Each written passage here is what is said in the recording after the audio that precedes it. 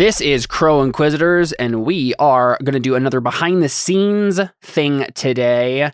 I'm obviously recording both of these on Friday night. Sorry about that. The week was crazy. I'm still very deep, elbows deep in the Crow Inquisitors episode 9 process. Trying to make sure that's all done. We're quickly approaching the end of the season. I'm really excited about it. Really excited to show you guys the ending. But it's going to take a little bit of time here to get it all wrapped up. So it's not going to be releasing on Saturday. It's going to be releasing on Sunday, hopefully, ? And if not, I will have it out as quickly as humanly possible beyond that.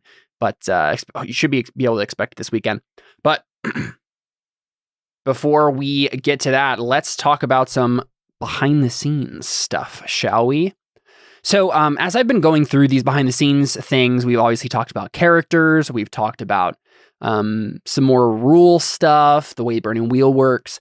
I wanted to talk a little bit about, stuff that you don't see in Crow Inquisitors. And primarily I'm talking about mini sessions and off-screen play. So when we were originally doing, when we did role-playing games, before we started streaming stuff. So we're just playing in person and having longer sessions, but all around the same table, that sort of stuff. We're not playing for an audience. When we were doing that, a lot of times what would happen is someone wouldn't be there yet, or a player would stay late, and we would do what I dubbed mini sessions. So, if we only have one or two players of the normal party, we would do a little mini thing that's not a full session, but just kind of flesh out, these players want to play the campaign, but we don't have everybody there, so let's have a little side adventure for them. And that we continue doing that in Crow Inquisitors, but we haven't done it until now. So at the beginning of episode 8, I mentioned that we did a little side thing with Alphonse to kind of determine what was happening with him while episode 8 was happening.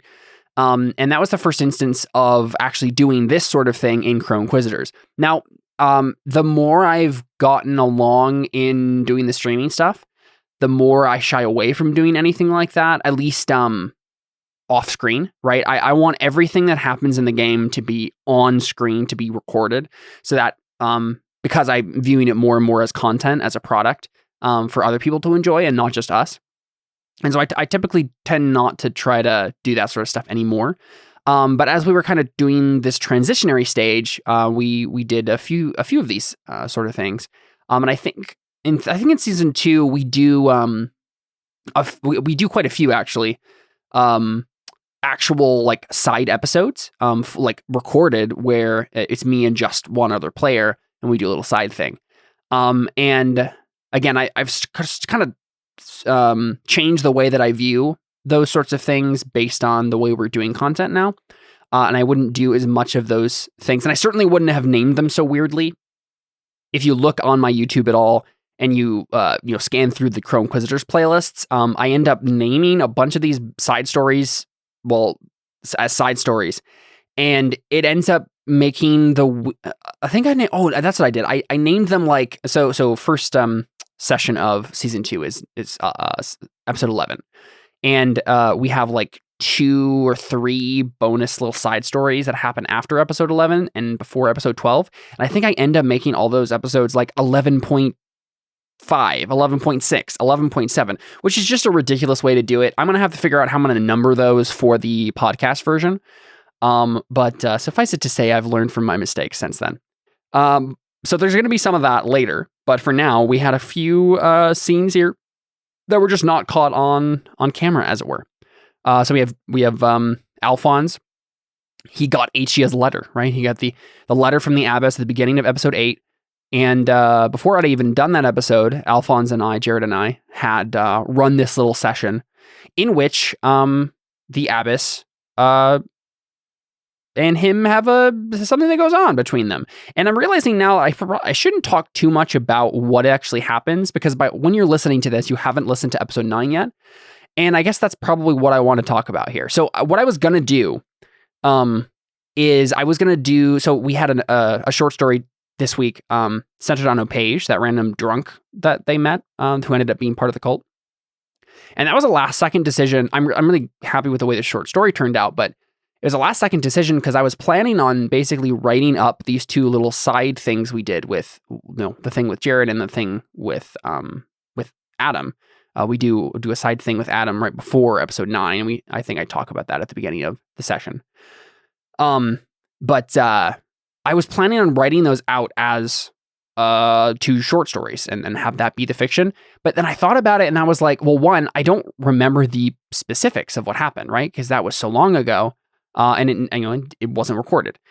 But also, when episode 9 happens, most of the players, besides even Adam and Jared, don't know what happened in their respective side stories, right? Even though they end up tied up in a room together. But the players don't know what happened. And I like that. The more I thought about it, the more I just decided to leave it like that. There is a bit of mystery as to what exactly went down with Alphonse and Theo when he goes to visit the Abyss. And that's okay. I think it's not entirely necessary. As much as I like getting those things on screen, for the purposes of this season and this show right now, I'm fine with just leaving that as a mystery, and you pick up all the important details of it in episode 9, what actually happened there, and I'm fine just leaving it like that. But I wanted to talk a little bit about just why I decided to do that and what these things are in a role playing game, right? So when you're running a group, in a role-playing game, and you are, running a party, running a campaign, and you have continuity you have to worry about, you have stuff going on all over the place. But you also have characters who are maybe keeping secrets from each other.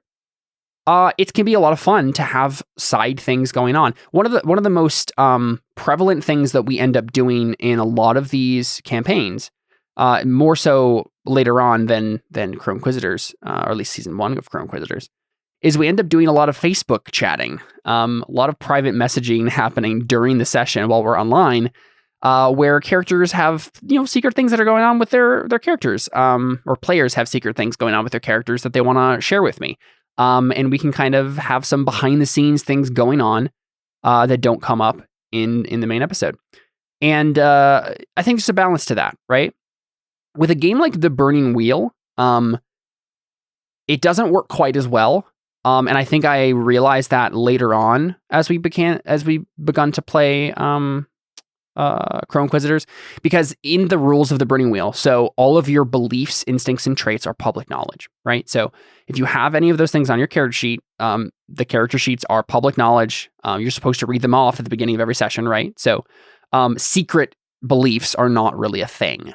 It doesn't mean that a character can't have secrets from the other players. It just means that they can't have beliefs about it if they want it to be a secret, which can be kind of detrimental for someone who is, framing their character so specifically on like something secret happening in the background. But that's a sacrifice that one might make to have a character with a secret in The Burning Wheel.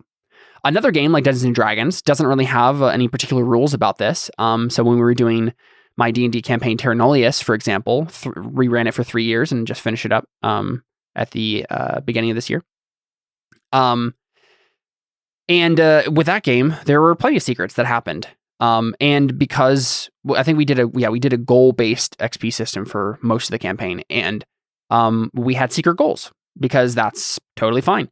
And there were things that the characters didn't know, and were keeping from each other, and things that we did off screen that ended up being very important. But when you're doing something like this online, right, when it's content, there's definitely a balance you have to walk between, the characters and the other players not knowing a thing that, Alphonse doesn't want them to know or whatever, versus the audience probably should be aware of those things, right?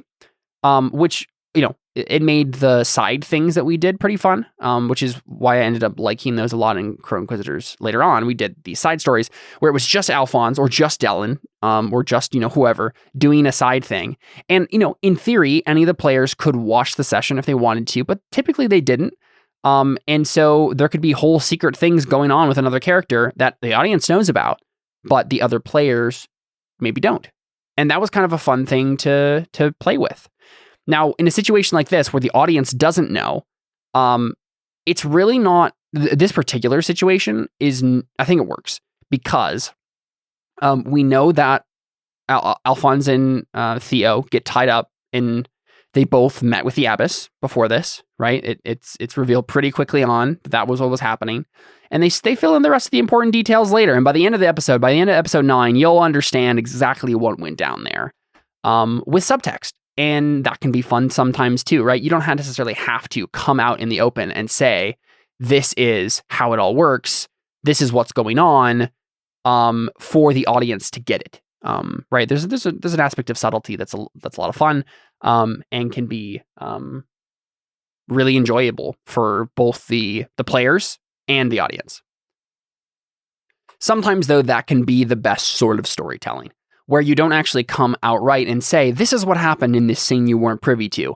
You know, a lot of times movies can use flashbacks too liberally, or those sorts of mechanical devices or narrative devices to try to fill you in on information you should know, when really the only thing you really need is maybe one line of dialogue. And suddenly you're aware of the entire subtext without actually being told up front what happened. And I think we play that line pretty well in episode 9. And I'm excited for you to enjoy it. But yeah, I just wanted to briefly talk about that and kind of set up your expectations to make sure you don't feel like you're missing out on something that should have been recorded or whatever. This doesn't happen super often. I think it happens maybe one other time in Crow Inquisitors as a whole, where something like, major happens off screen and we don't actually get it recorded. But here on out, I think I make a point of recording those things so that you can enjoy them as well. But there's always going to be secrets with these characters. Alphonse, particularly in the entire campaign, does a lot of secret making and secret keeping. Right? He has plans within plans. He has lots of hidden agendas, and some of those are out front and open with his beliefs, right? And others of those aren't. Alphonse is the sort of character that you can just kind of go along with the ride with, and it can end up being fun, even if you don't quite know what's going on in the moment. All right, cool. So I'm going to go ahead and get all this prepped and published and get a good night's sleep so that I can start in on Crow Inquisitors in the morning and get episode 9 to the people as quickly as possible. Thanks for watching and listening. I guess you're not watching because there's not any videos for this now. If you go back and watch the original episodes, feel free to. They're horrible quality compared to the podcast. But thanks for listening and thanks for enjoying the content that I'm making here. I really appreciate all the support. If you want to support me more directly, you can feel free to go to Twitch and subscribe there, or go to the Patreon at patreon.com/CalebMPowers. There's lots of fun goodies and rewards you can get there. I link to the Patreon at the end of in the liner notes on all of these episodes. So feel free to check that out there. We also have the Discord if you're interested. We have right now it's named the Talebearers Network, but I think I'm going to end up changing the name of that pretty quickly here as I start to kind of solidify what I want this audio studio to be and the continued RPG content that we're making here to be. But for now, you can come out and check out that Discord. Link is also in the liner notes for that. Come talk to us about role-playing games or whatever else. We have lots of different sub-channels to talk about whatever. Got some fun people in there to talk to. So thanks for all your support and all the listens. Hopefully the next episode of Crow Inquisitors will be out in a timely manner and you can enjoy it as I've enjoyed putting it together. Thanks, guys.